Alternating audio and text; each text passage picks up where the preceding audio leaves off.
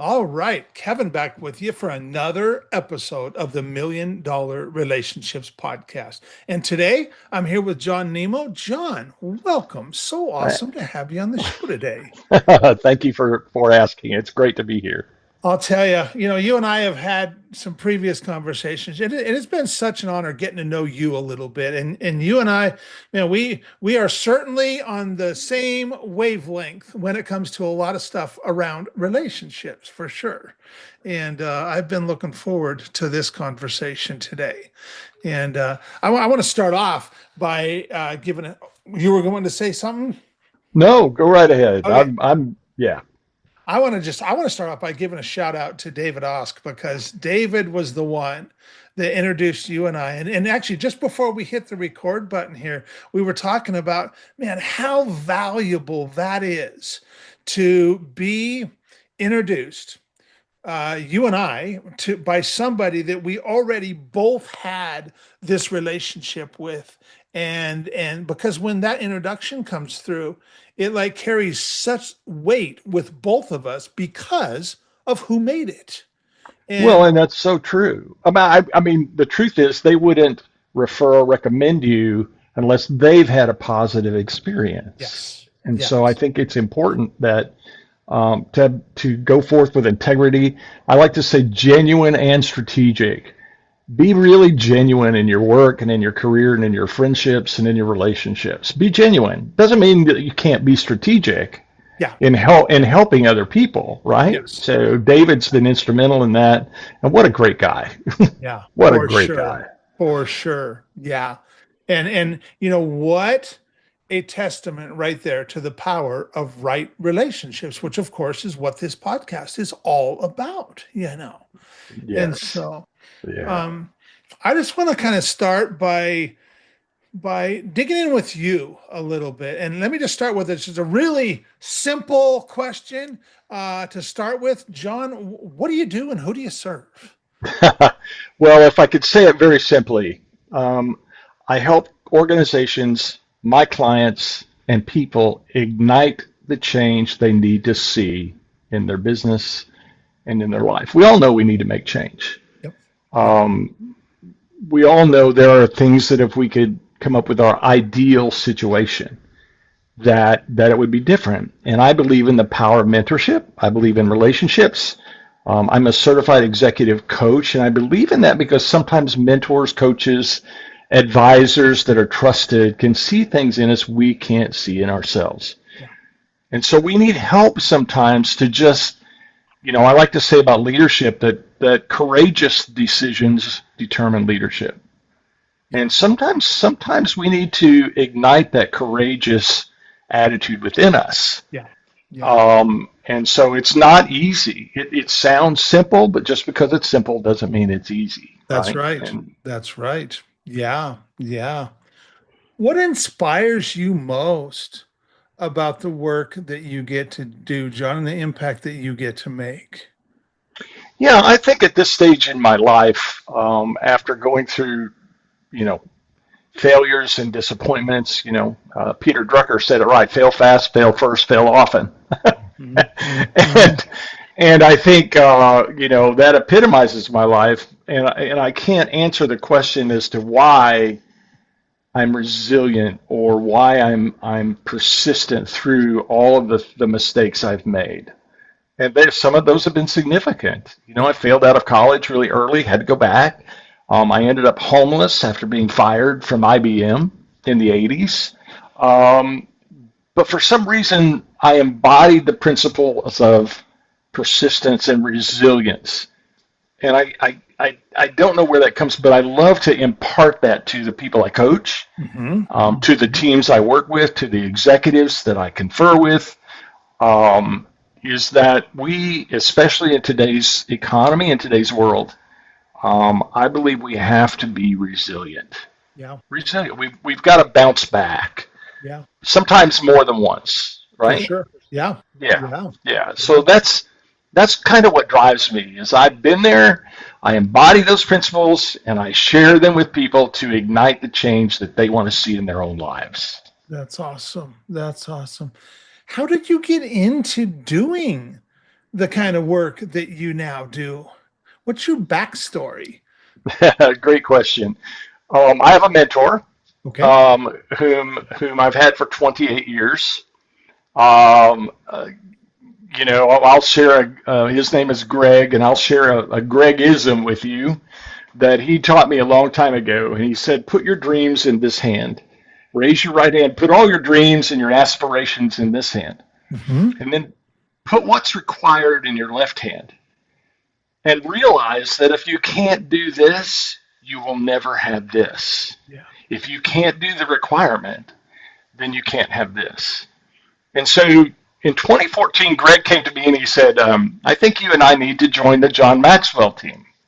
Okay. And Greg was a millionaire at this time. I mean, he was, and I go, I don't even like John Maxwell. Why would I want to do that? I go, Greg, I've tried to read his stuff. It doesn't resonate with me, right? Hmm. But we went, and he taught me into it, and that was back in 2014.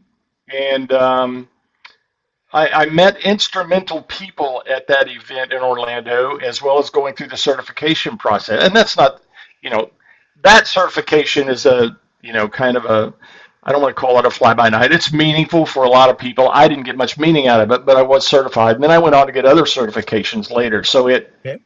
it seeded me to want to learn. Okay. Okay. Got it. And I believe that um, that learning is extraordinarily connected to our earning. Hmm. And I Hmm. learned that in 2014. So I became a reader, massive reader. And that one event, going with my mentor Greg and meeting all those people, and seeing the failures and how many people have failed in their lives, in their business lives, directed me to use my past experience in business and sales, at this age, like I said earlier, right? Um, what what does it mean to use what we know to make a difference? Yeah. How Yeah. significant is that? Yeah. Yeah. Um, and so, in all honesty, the driver for me to answer what a great question that was, and I appreciate asking, is how do I make a difference in my life for people that are following behind me, that Hmm. are going to go through some of the things that I've been through, that I can empower them and guide them and help them make greater or better decisions than they would have normally made Yeah. by thinking differently, helping them to think differently, Hmm. helping people to think differently. Yeah. Thoughts are things. Yes. And Yeah. when we wake in the morning and we have, we really in this environment in business can't afford a negative thought. Hmm. I don't listen to the news anymore. I don't get up and, because then I just get angry all day. and I, and who I am as a positive person. I want to be the light. I want to encourage business leaders and CEO level executives to help give fertile soil to those that are around them so they can grow. Yeah. Yeah. Yeah. That's the key. That's the key. Yeah. Did I answer your question? You did a great job of Okay. answering that question. And so, man, I tell you, John, I just love the way that you show up, and you just have this servant's heart, and just want to help others, but just sharing the experiences that you've had and stuff. And so, what's and you could probably come up with a lot of examples of this, but what's a result? And we don't have to name names here necessarily, but what's a result that you've helped a client get that you are just incredibly proud of, John? Oh, yeah.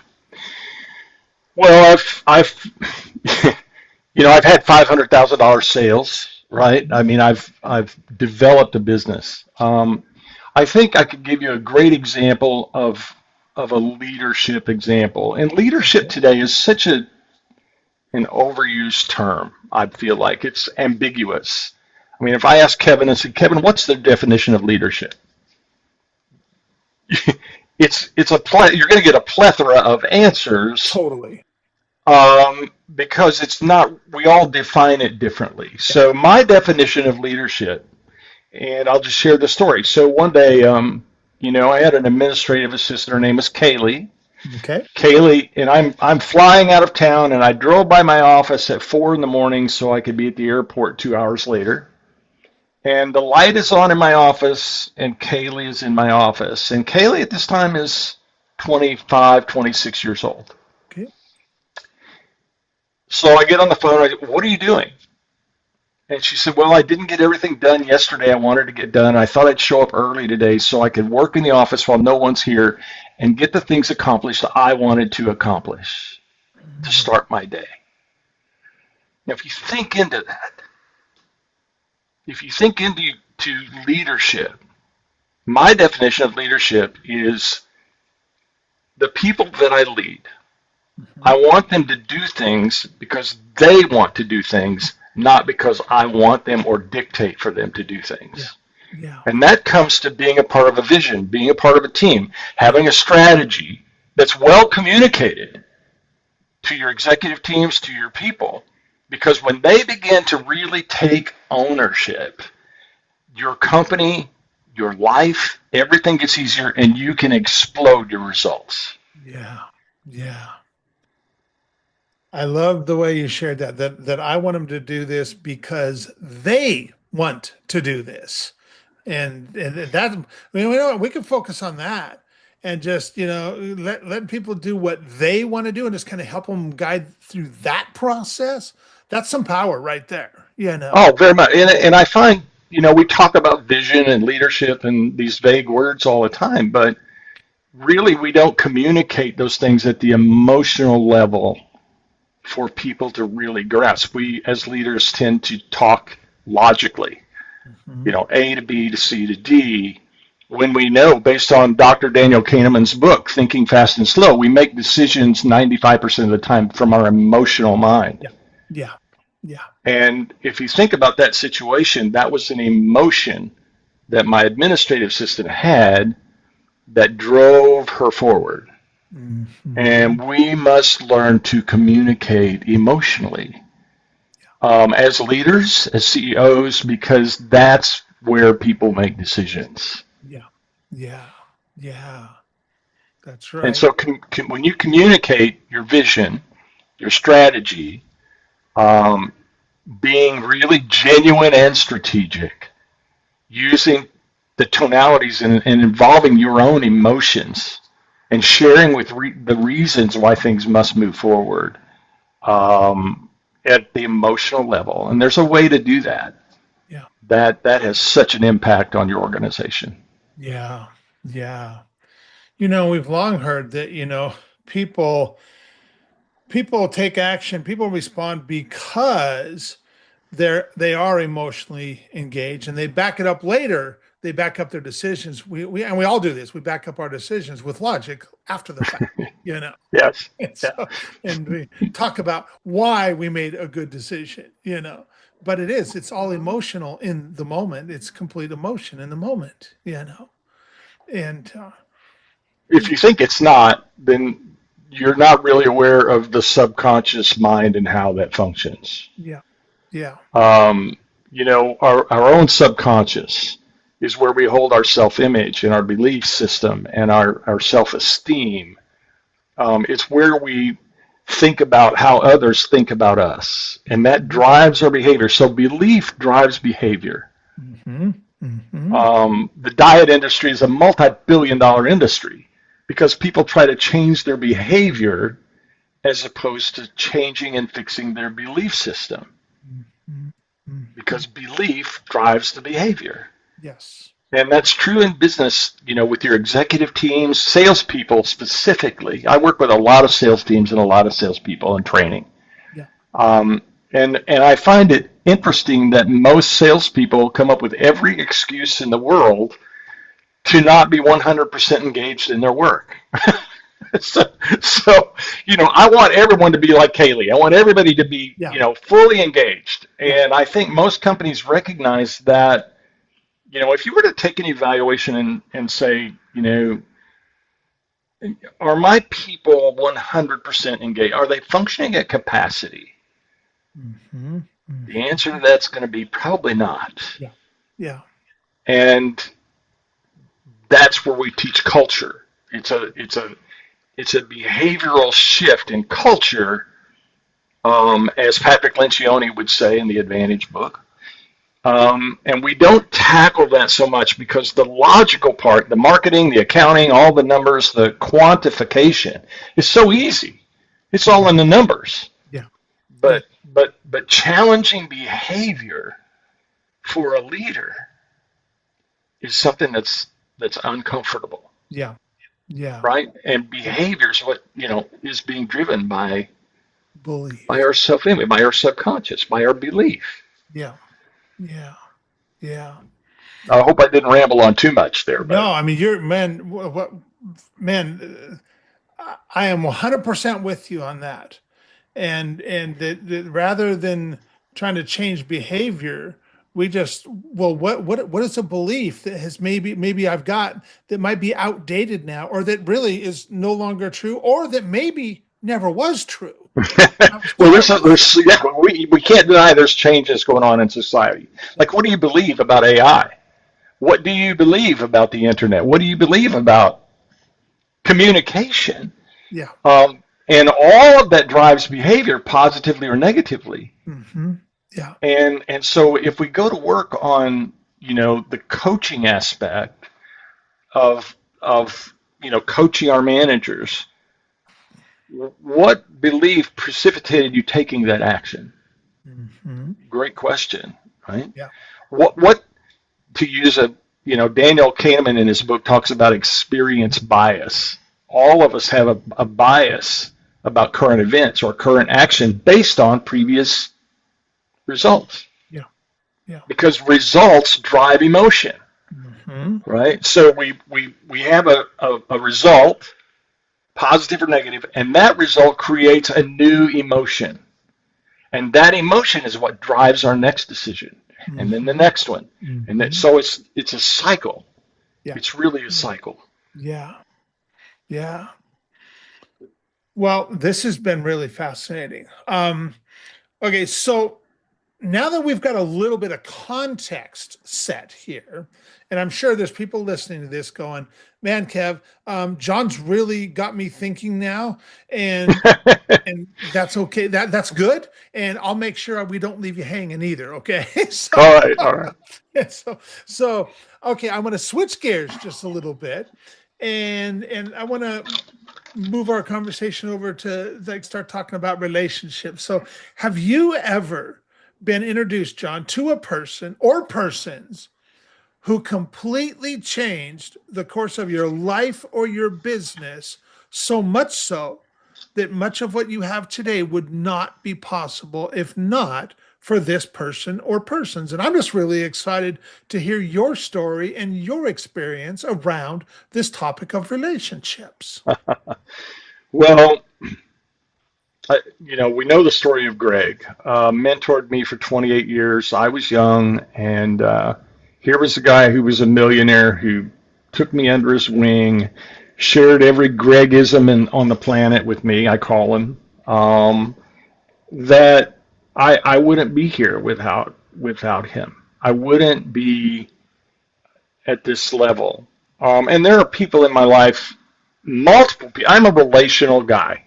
Mhm. Uh, like, I take relationships seriously, and I think for men specifically in business, that's a hard place to be. We tend to evaluate relationships sometimes on a pay-as-you-go relationship. I have a Mhm. relationship with a customer who's paying me, but when they stop buying, now I don't have that relationship, right? Mhm. And so it's great as long as we're in business together or partnering. But when the partnership severs, now I'm not relational anymore, and I think it costs. I think it's I think it's a band-aid on a symptom that costs a lot of money to corporations and businesses because once that severs, we think it's gone Mm-hmm. instead of maintaining that relationship. And relationships require management. Yep. They're emotional management. Um, and I have many. And I function based on trust. Yeah. Based on trust. And without trust, it's difficult to not have trust and present conflict. Yeah. Yeah. Like in our marriage, for example, right? My wife trusts me, I trust my wife implicitly, Yeah. which enables me to have conflict that sometimes causes friction. Mm-hmm. But in the end, we know that my intent is honorable Mm-hmm. because I have trust.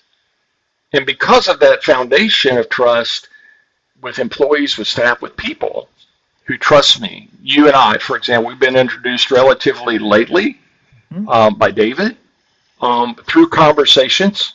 I believe you and I have developed a trust that can only go deeper and further Mm-hmm. in each other. Um, and that's where the referral-based business comes in, is that who you learn from matters. Yes. Yeah. It Yeah. matters. And so I'm a sponge. I'm a big reader. I just want to learn at this age. I recognize the fact that I don't know everything. Yeah. And I may be just a little further down the road than the next person. Mm-hmm. But Mm-hmm. that doesn't mean I know everything. That doesn't mean that I don't.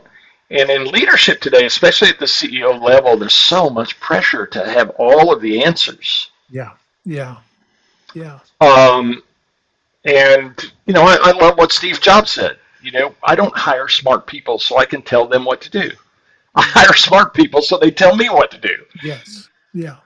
But it's such an ego problem that we have because it's hard to humble ourselves to take constructive criticism Yeah. or advice. Yes. Yeah. And yet we know that through failure, that's how we grow. It's That's through right. being uncomfortable. Yeah. Yeah. Being uncomfortable. Greg, my mentor, told me one time, he says, unless I'm uncomfortable, I'm not comfortable. I Mm-hmm. mean, you got to think about that, right? So it's Yes. like, Yeah. you know where your growth is, and it's outside of being comfortable. Absolutely. Absolutely. Yeah. Being uncomfortable is pretty much the definition of growth, you know?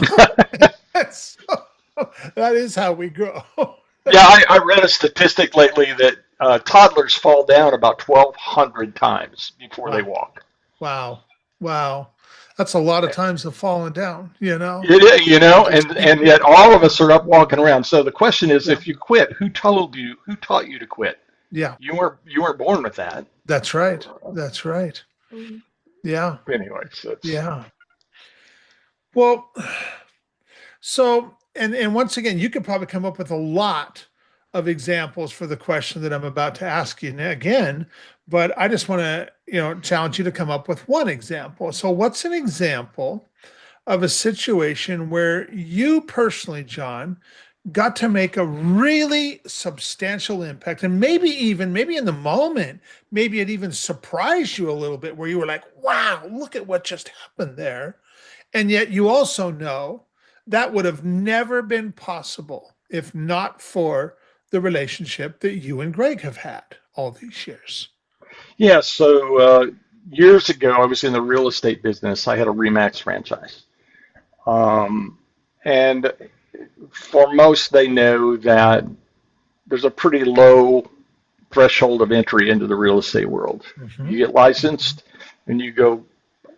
So I had a young lady who worked for me, and I became a coach to her, a sales coach. I don't delve into the personal life coach arena very much. Mostly what I do is business executives and sales.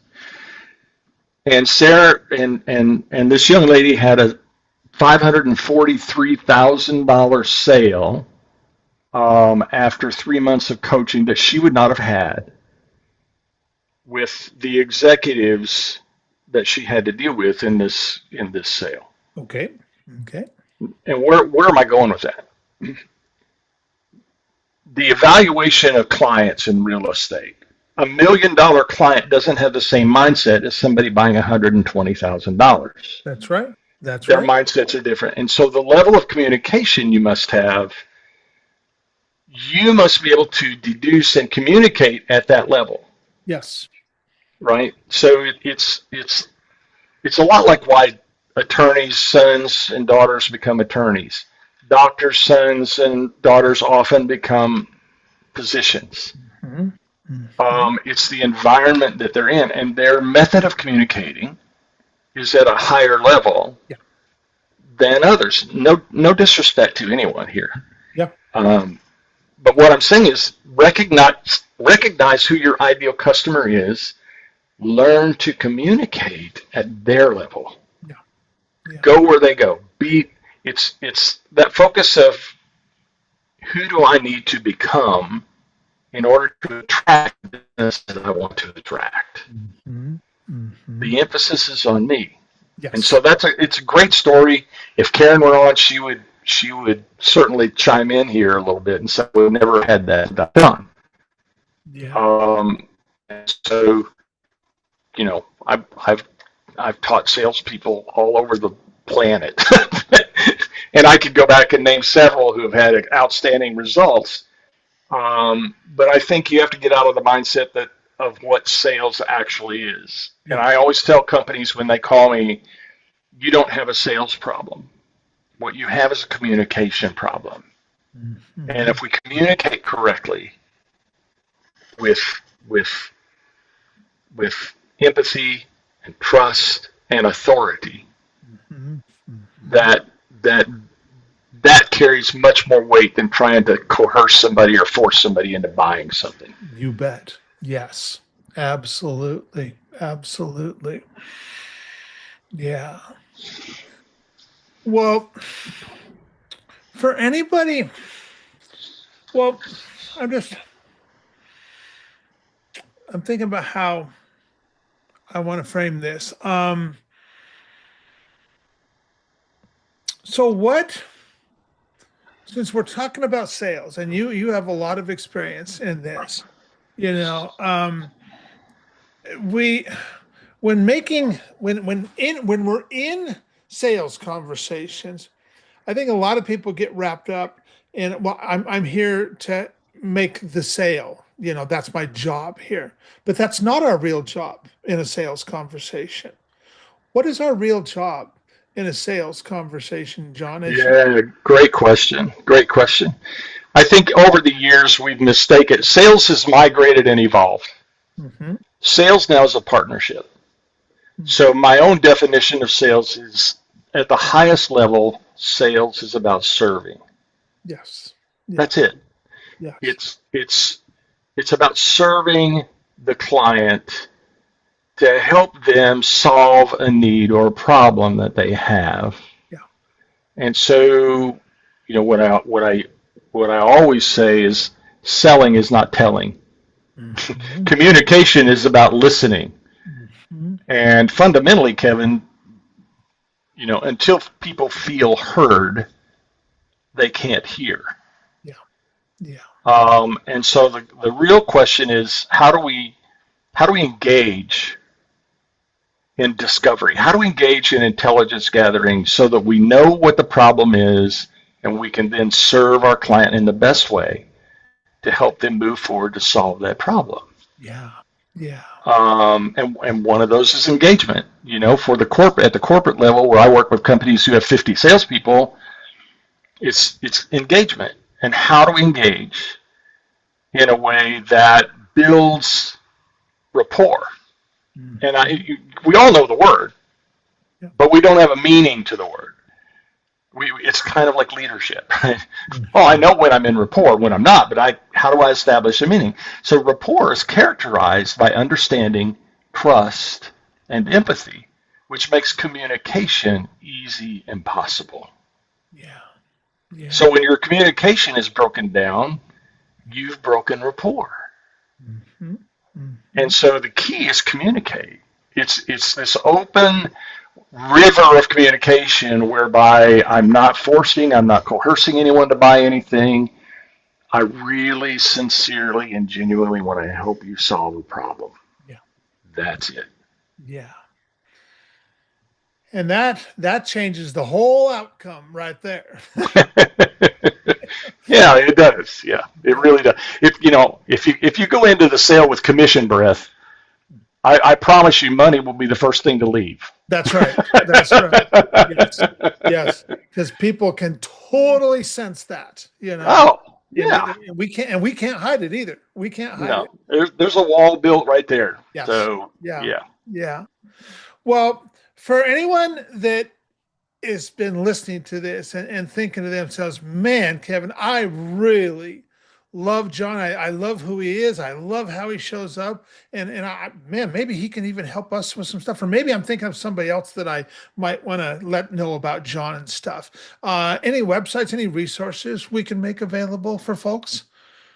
Sure, you can reach me at thenimmocompany.com. Okay. And it's my name is Nimmo, Nancy Ida Mickey Mouse O.